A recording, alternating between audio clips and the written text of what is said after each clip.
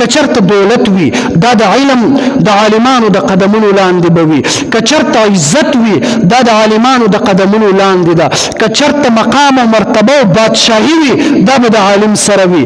اخرنۍ خبره حضرت سلیمان علیه السلام ته الله رب العالمین وفرمایل چې زما محبوب پیغمبره که غواړي دولت درله درکوما، که غواړي بادشاهی درله درکوما، او که ته غواړي زه به درته علم درکړم.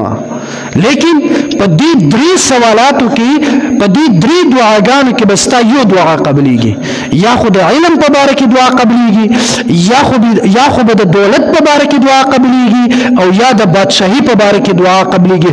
لاس پورته کا یو دعا وکا چې یو دعا به الله قبلوما.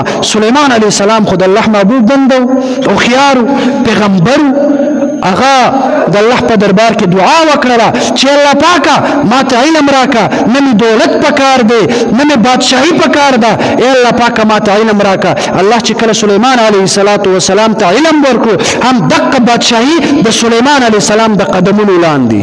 او بادشاہی څنګه وا چې انسان پرګدا د پیریان هم د سليمان علیه السلام د اندر لاندې، پیریان او جنات پرګدا د پرندې هم د سليمان علیه السلام د اندر لاندې.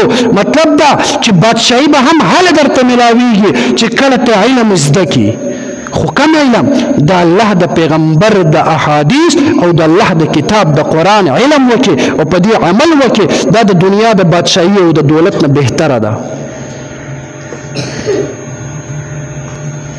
او چې کله هم یو انسان سره علم وي، چې کله هم یو انسان سره علم وي، دغه انسان د الله په نسبت باندې هم کامیاب وي او د انسانانو په نسبت باندې هم کامیاب وي. او کم خلک چې د قرآن زده کړه کوي، کم خلک چې قرآن بل ته ښودنه کوي، کدی دنیا کې دا کسان هیڅوک هم نه پیژني، کدا قاریان دا مولیان دا هیڅوک په دنیا کې نه پیژني، خو د الله په دربار کې د فرشتو په مجلسونو کې اسمانونو کې د دې قاریانو تذکرې کیږي. نو الله رب العالمین دې مونږ ته د علم زده کړه کولو توفیق راکړي.